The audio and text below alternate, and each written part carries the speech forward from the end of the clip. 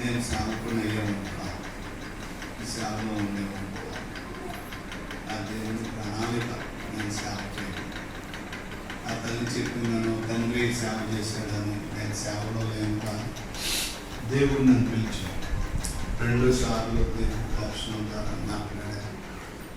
అట్లాగే మా వివాహాల విషయంలో కూడా మరి నా తల్లి పోషించిన పాత్ర, అట్లాగే నా తండ్రి చనిపోయినప్పుడు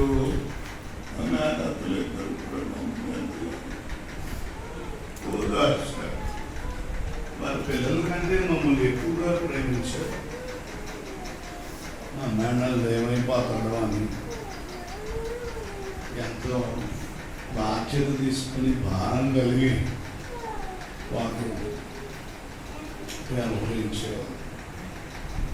మరి ఏది ఏమైనా మా బాబాయ్ అట్లాగే బంధువులు అది కుటుంబం అంతా కూడా వారు చూపించిన ప్రేమను బట్టి దేవుని స్తోత్రం.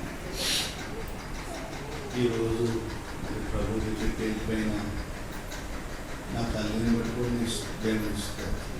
ఎందుకంటే నేను అప్పుడప్పుడు పరిచర్యలో కొన్ని క్లిష్టమైన పరిస్థితులు ఎదుర్కొనేటప్పుడు వెంటనే మా నాన్నగారు జ్ఞాపకం వస్తారు. ఆయన ఏం చేసేవాడా నా